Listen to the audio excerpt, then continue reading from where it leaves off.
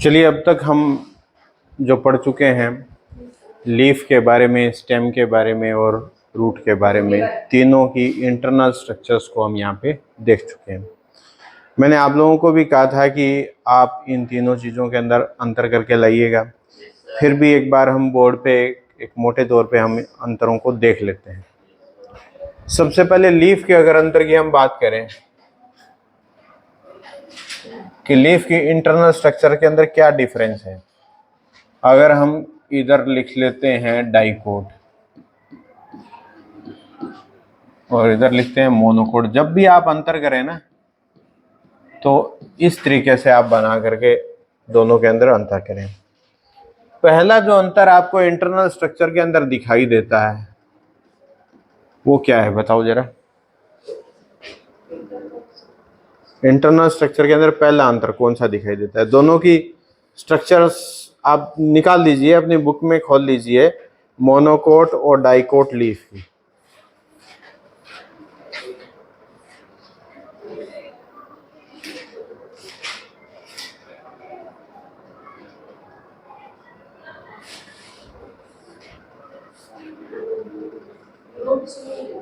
हाँ, क्या है? Leaf leaf leaf. इसका मतलब आपने अंतर किए नहीं। अंतर किए होते तो फटाफट अभी सामने आ जाता है। दिया का मतलब नहीं है, मैंने आप लोगों को कहा था कि करके देखना अंतर, तब आपको पूरी चीजें समझ में आएंगी। सबसे पहले चलो मीजोफिल का लिख देते हैं।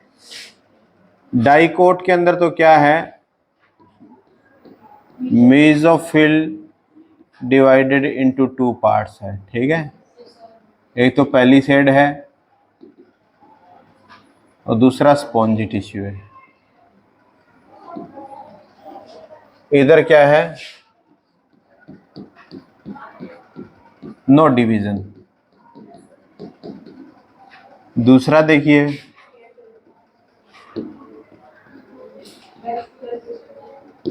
बुल्लीफॉर्म सेल्स एब्सेंट, ठीक है। यहां क्या होता है, प्रेजेंट। वेस्कुलर बंडल के अंदर देख लीजिए,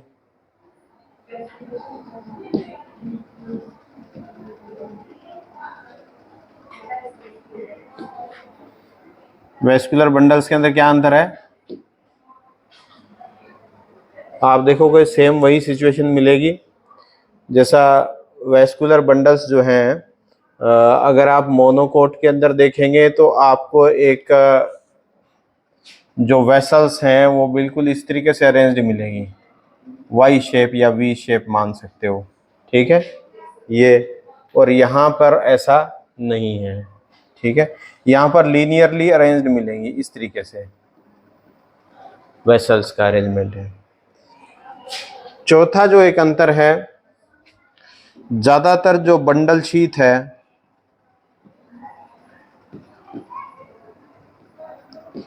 ये या तो पैरेन्काइमा की इसमें बनी होती है ज्यादातर, ठीक है। इधर किसकी बनी होती है, स्क्लेरेन्काइमा। मोनोकोट के अंदर स्क्लेरेन्काइमा की बनी होती है। तो ये कुछ अंतर है। ये अंतर जब भी आप करो तो दोनों जो डायग्राम हमने बनाए थे उस बोर्ड पे, ठीक है, वो डायग्राम जो है आपके सामने एक तरीके से होने चाहिए। और पहले इधर अंतरों को पढ़ो और फिर उसमें डायग्राम्स को देखो तो आपके दिमाग में ये चीजें फिक्स हो जाएंगी। दूसरी जो चीज है, इस लीफ को डोर्सिवेंट्रल लीफ भी बोलते हैं,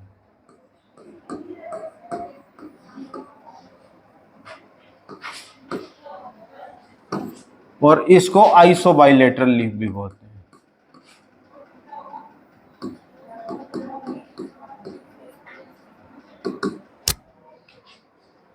ठीक है। डोर्सिवेंट्रल का मतलब क्या है, लीफ की डोर्सल साइड और वेंट्रल साइड दोनों के अंदर अंतर है। क्योंकि डोर्सल साइड के अंदर और वेंट्रल साइड में देखो मीजोफिल जो डिवाइडेड है तो वैसे ही अंतर हो गया है, ठीक है। इधर एक ही जैसा है, इसीलिए आइसोबाइलेटरल लीफ है। यह भी याद रखना, कई बार नीट में सीधा आ जाता है कि dorsiventral leaf is found in dicots, ठीक है, isobilateral leaf is found in monocots. अब जो दूसरी जो चीज मैं आपको बता रहा हूं, अगर आप देखोगे stomata, stomata almost monocot leaves के अंदर अपर और लोअर सरफेस पे लगभग एक जितने होते हैं, जबकि डाइकोट के अंदर लोअर सरफेस पे वो ज्यादा होते हैं। ये भी एक अंतर है। इसके अलावा जो मीजोफिल के अंदर जो एयर स्पेसेस हैं वो ज्यादा किस में है, डाइकोट्स में, और मोनोकोट में कम है। ये भी आप लिख सकते हो। तो 6-7 अंतर हो जाएंगे आपके हिसाब से, काफी है। हाँ स्टोमेटा बताया ना, अभी बताया है स्टोमेटा का। चलिए स्टोमेटा का हो गया और ये सारा आ गया। अभी हम देखते हैं स्टेम के अंदर। स्टेम के अंदर क्या डिफरेंस है डाइकोट और मोनोकोट में।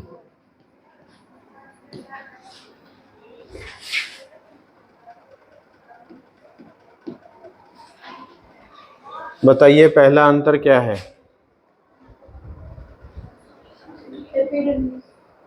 एपिडर्मिस में क्या अंतर है?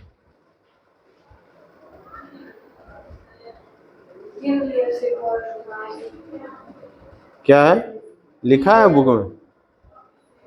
लिखा है क्या बुक में? क्या लिखा है, पढ़ के बताओ मुझे। क्यूटिकल, हाँ।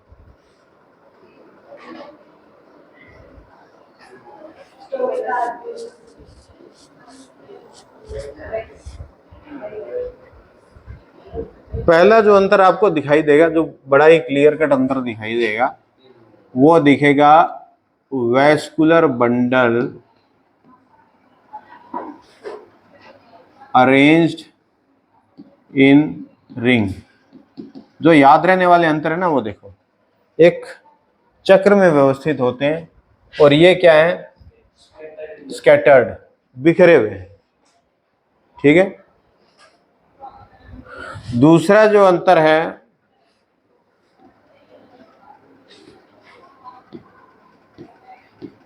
ये कैम्बियम प्रेजेंट होती है इधर, और यहाँ कैम्बियम एब्सेंट होती है।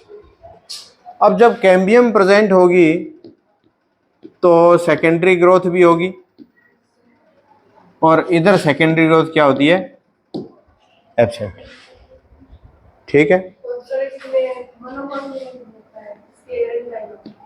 हाँ वो तो है हाइपोडर्मिस और वहाँ का है ना, चलो वो भी हम डिस्कस करेंगे। अभी केवल वेस्कुलर बंडल पे आए हुए हैं तो उससे संबंधित चीजें डिस्कस कर लेते हैं। तो वेस्कुलर बंडल के अंदर जो जाइलम होता है, जाइलम के अंदर देखिए इस तरीके से वही अरेंजमेंट किसका, वेसल्स का, ठीक है। इधर जो अरेंजमेंट देखेंगे आप वेस्कुलर बंडल के अंदर, ये इस तरीके से आपको वाई शेप के अंदर दिखाई देंगी। क्या वाई शेप कह दीजिए या वी शेप कह दीजिए, वेसल्स, ठीक है। इसके अलावा यहां पर एक कैविटी और होती है जिसको हम बोलते हैं लाइसोजिनस, लाइसोजिनस कैविटी।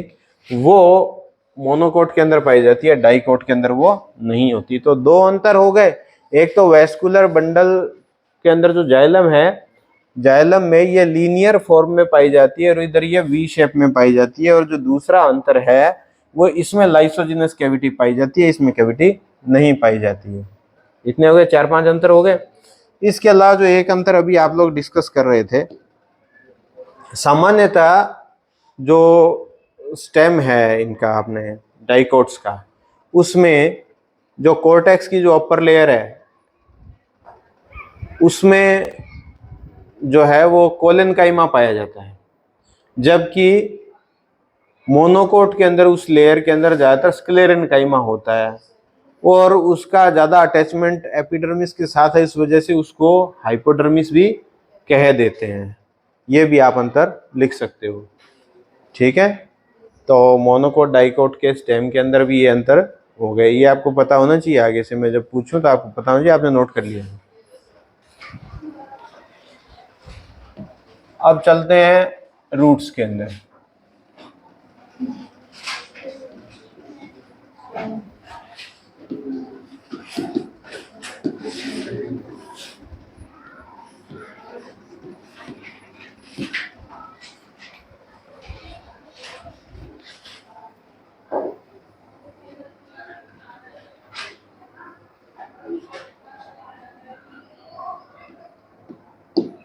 बताइए पहला अंतर क्या है?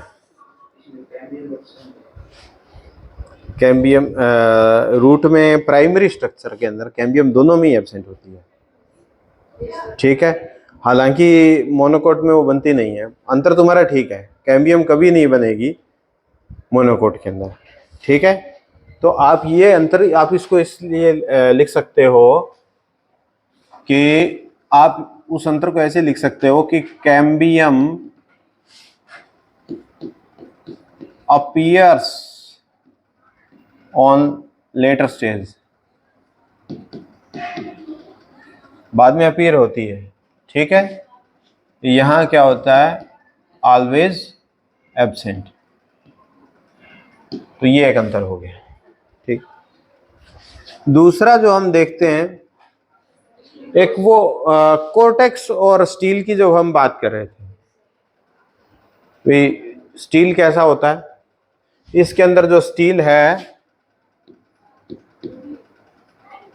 लेस डेवलप्ड होता है प्राइमरी स्ट्रक्चर में, ठीक है। इसमें स्टील मोर डेवलप्ड होता है।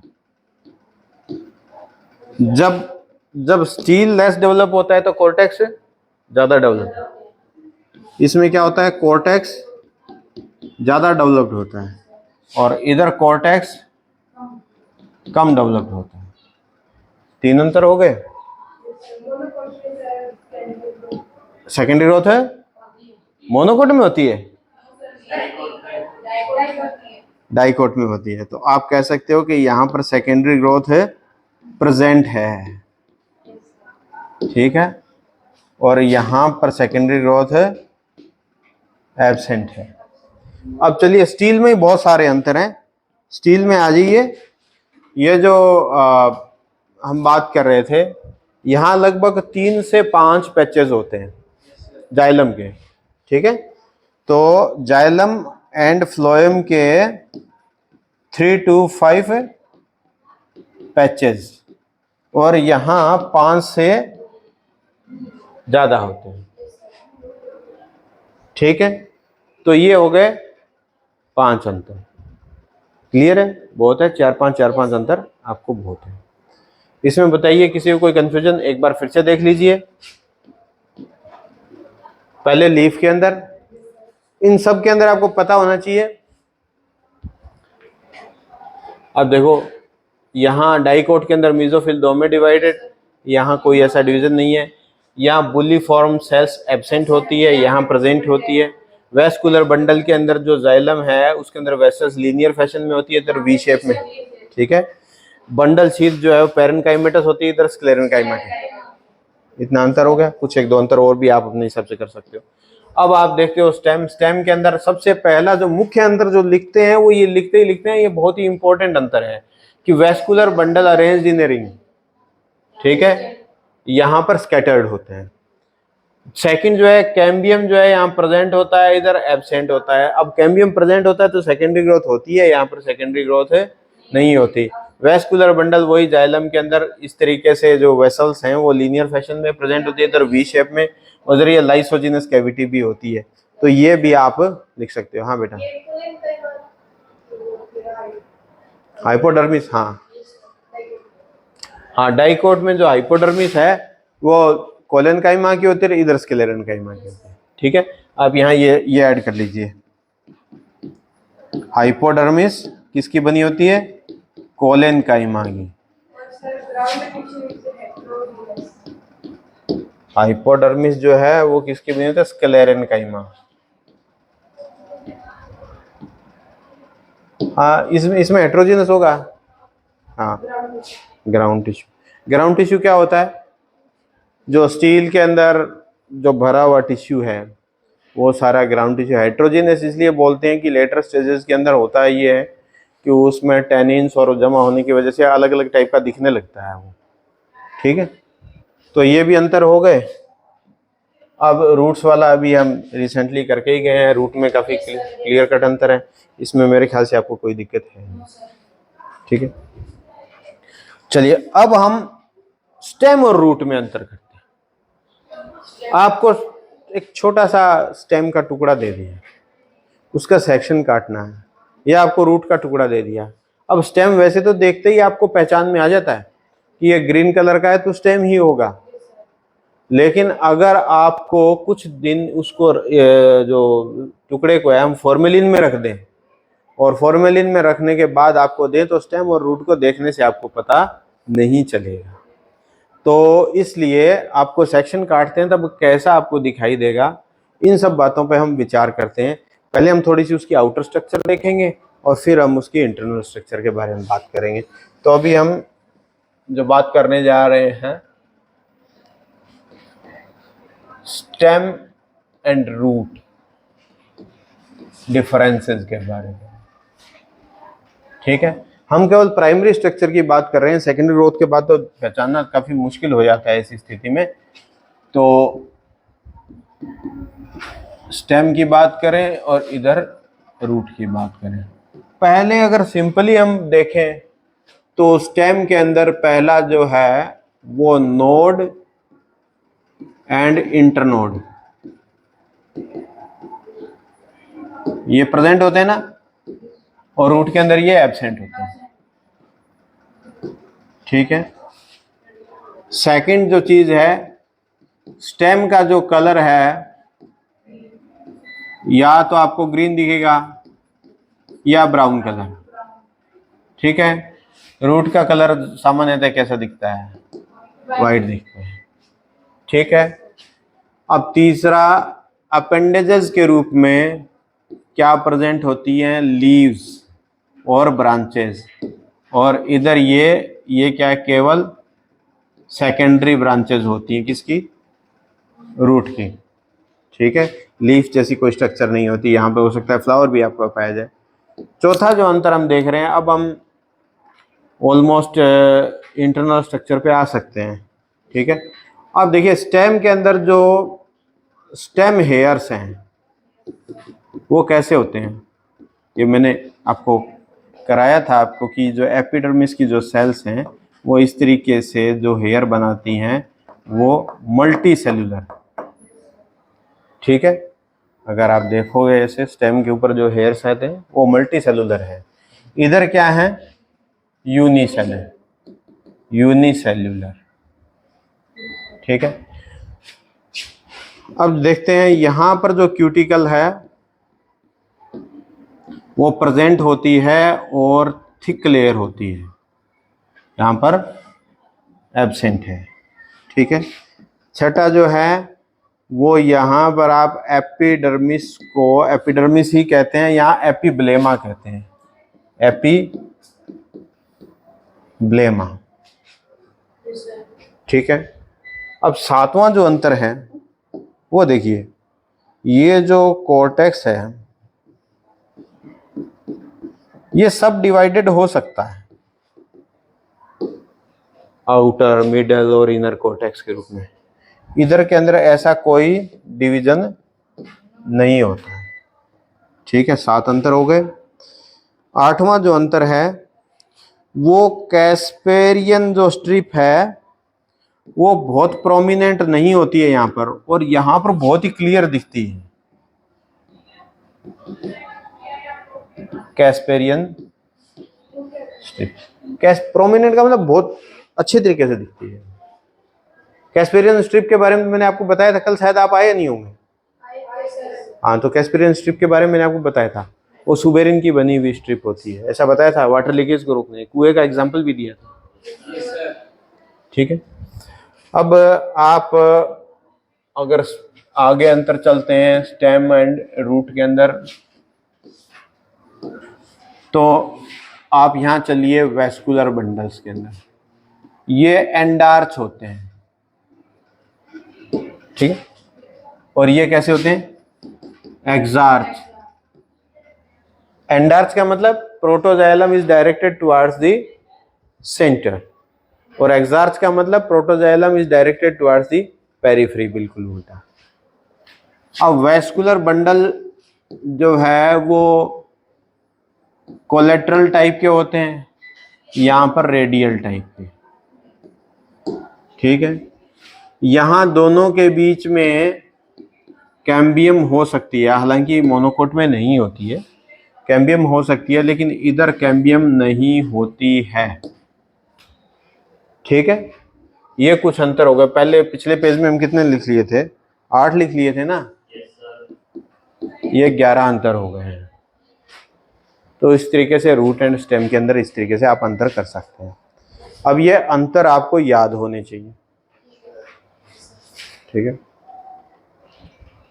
अब क्या टॉपिक रहता है? Secondary growth. वैसे तो शायद सिलेबस से हटाया हुआ है, लेकिन आपको मैं करा देता हूँ फिर भी, क्योंकि देखिए महत्वपूर्ण है। आपके नीट या ऐसे कंपटीशन जो आप देते हो उनके अंदर ये आ सकता है।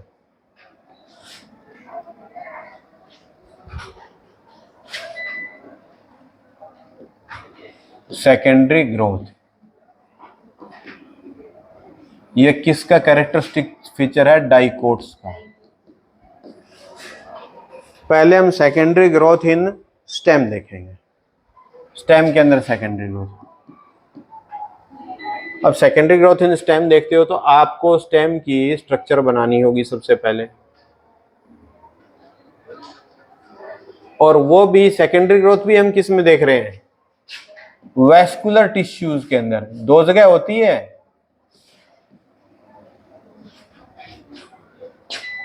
अभी मैं वैस्कुलर टिश्यूज बनाता हूं यहां पर, सिर्फ समझ लेना बेटा, ये बनाए हुए तो बुक के अंदर भी आपको मिल जाएंगे, लेकिन समझ में ना आएगी। इस तरीके से अरेंज्ड है वैस्कुलर बंडल्स, सभी के बीच में क्या है? कैम्बियम। यहाँ कैम्बियम है, ये ऊपर वाला पार्ट क्या है कैम्बियम का? कैम्बियम से ऊपर वाला पार्ट फ्लोएम है, ये कैम्बियम है और ये जाइलम है। जब सेकेंडरी ग्रोथ का समय आता है, ये जो कैम्बियम वैस्कुलर बंडल के अंदर है, मैंने बाकी चीजें नहीं बनाई अभी, पेरिसाइकिल वगैरह, क्योंकि समझाना सिर्फ आपको वैस्कुलर बंडल के एरिया में ही है, तो मैंने वो बनाई नहीं है। तो यहाँ पर देखिए ये फ्लोएम है, कैम्बियम है और जाइलम। जब सेकेंडरी ग्रोथ का समय आता है तो यहाँ पे ये ग्राउंड टिश्यू है ना, ये सारा का सारा। होता क्या है कि यहाँ पर इस ग्राउंड टिश्यू की सेल्स भी कैम्बियम के अंदर चेंज हो जाती है, तो ये कंटिन्यूअस रिंग बन जाती है, ठीक है। तो जब भी सेकेंडरी ग्रोथ होती है, सबसे पहला फंक्शन क्या होता है? कंटिन्यूअस रिंग का फॉर्मेशन। तो जो इसके अंदर पाई जाती है कैम्बियम, जो वैस्कुलर बंडल के अंदर, उसको बोलते हैं फेसिकुलर कैम्बियम। और ये जो ग्रीन कलर वाली जो मैंने बाद में बनाई है, ये इंटरफेसिकुलर। तो एक तरीके से फेसिकुलर, इंटरफेसिकुलर, फेसिकुलर, इंटरफेसिकुलर, ये अल्टरनेट फैशन में यहाँ पे पाई जाती है। तो पहला जो फंक्शन ये है कि formation of complete cambium ring. अब उसके बाद क्या होता है? इधर की तरफ क्या बनने लगता है? सेकेंडरी जाइलम, और इधर की तरफ क्या बनने लगता है? Secondary phloem. अब जब इधर ये बनेगा इस तरीके से, देखिए जरा, ये पूरी कैम्बियम रिंग, अब ये स्टेम है, ठीक है।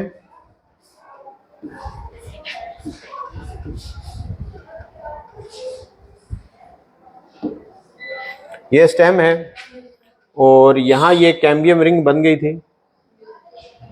कैम्बियम रिंग के बाद क्या होता है? ये अंदर की तरफ क्या बन गया? पूरा पूरा, देखिए ये पूरा जाइलम बन जाता है। तो जो पहले वाला जाइलम था, जो प्राइमरी जाइलम था, वो यहां पर छोटे छोटे पैचेस के रूप में आपको नजर आता है, ये वाला जाइलम, ठीक है। और इधर की तरफ क्या होगा? सेकेंडरी क्या बन जाएगा? फ्लोएम, सेकेंडरी फ्लोएम बन जाएगा। और जो पहले वाला फ्लोएम जो नजर आएगा आपको, वो जो वैस्कुलर बंडल की सीध में यहाँ पर हल्का फुल्का पैचेस के रूप में बिल्कुल क्रस्ट नजर आता है, क्योंकि इसका प्रेशर बहुत हो जाता है, तो ये बिल्कुल दब जाता है, समझ गए। तो ये कौन सा है, प्राइमरी फ्लोएम। अच्छा ये जो दिख रहा है ये कौन सा है, सेकेंडरी फ्लोएम। ये जो ब्लैक वाली दिख रही है ये क्या दिख रही है, कैम्बियम। और ये क्या दिख रहा है, सेकेंडरी जाइलम।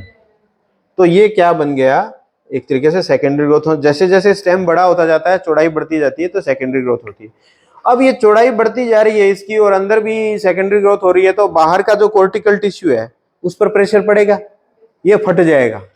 तो उसको बचाने के लिए यहां पर, ये कोर्टिकल रीजन है ना, कोर्टेक्स, यहां पर एक कैम्बियम बन जाती है, एक और कोर्टेक्स के अंदर, जिसको बोलते हैं कोर्क कैम्बियम।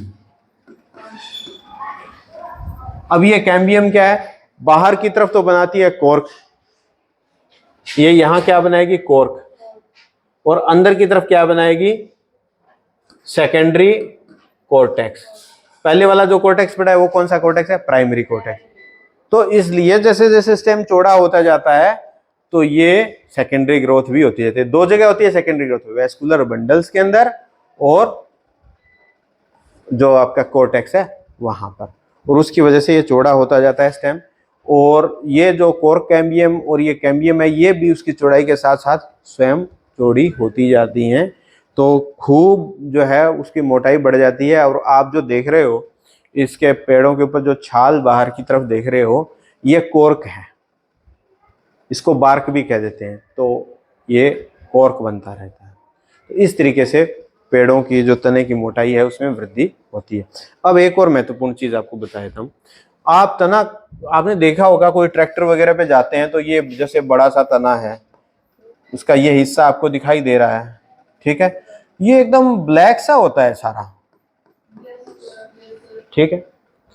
तो अभी उसके बारे में भी हम बात करेंगे। देखो जरा, ये तने का हम देख रहे हैं,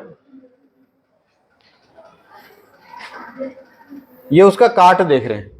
देखो बेटा ध्यान से, इधर देखो, उसमें आप अगर ध्यान से देखोगे तो ये जो ब्लैक वाला रीजन है ना, इतना सारा रीजन जैसे ब्राउन सा दिखता है आपको, ठीक है, इसके अंदर आपको है ना ऐसे रिंग्स सी दिखती हैं। हाँ, ये रिंग्स दिखती हैं। प्रत्येक सीजन में सेकेंडरी ग्रोथ 2 बार होती है, एक स्प्रिंग सीजन के अंदर, बसंत ऋतु के अंदर, और दूसरी ऑटम सीजन के अंदर, शीत ऋतु के अंदर। तो जो बसंत ऋतु होगी तो उसमें जो बनेगी वो लाइट कलर की बनेगी, और जो ऑटम में बनेगी वो डार्क कलर की बनेगी। इसका कारण क्या है कि जो जाइलम बनता है ना, बेटा 10 मिनट रुकिए आप, जो जाइलम बनता है ना, तो जाइलम के अंदर क्या होता है, जो स्प्रिंग सीजन में जाइलम बनेगा उसकी ल्यूमेंस अंदर चौड़ाई ज्यादा होती है, इसलिए वो हल्के कलर की दिखती है। और जो आपके ऑटम सीजन में बनेगी उसकी चौड़ाई कम होती है, तो थोड़ा डार्क कलर की दिखती है। ये इस तरीके से ये आपको ये हल्की और गहरी परतें दिखती हैं। तो अगर आप हल्की हल्की परतों को गिन लेंगे तो आप पेड़ की आयु को काउंट कर सकते हैं, क्योंकि 1 साल में 1 रिंग बनती है, लगभग आयु आ जाएगी। और अगर आप गहरी रिंग्स को काउंट कर लेंगे तो भी आयु को काउंट कर सकते हैं। तो ये आयु का पता लगाने का तरीका।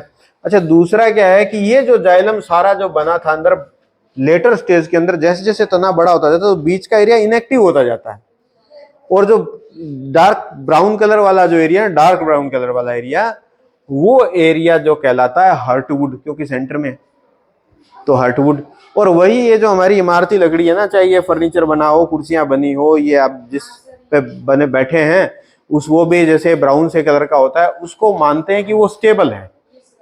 उसमें जैसे ना वो नहीं आती है, दीमक भी ज्यादा नहीं लगती है, फंगस भी नहीं लगती है, इस वजह से वो ज्यादा स्टेबल मानते हैं। इमारती लकड़ी के लिए उसको बढ़िया मानते हैं। तो आप ये हर्टवुड, और जो बाहर की तरफ हल्का दिख रहा है वो सैपवुड।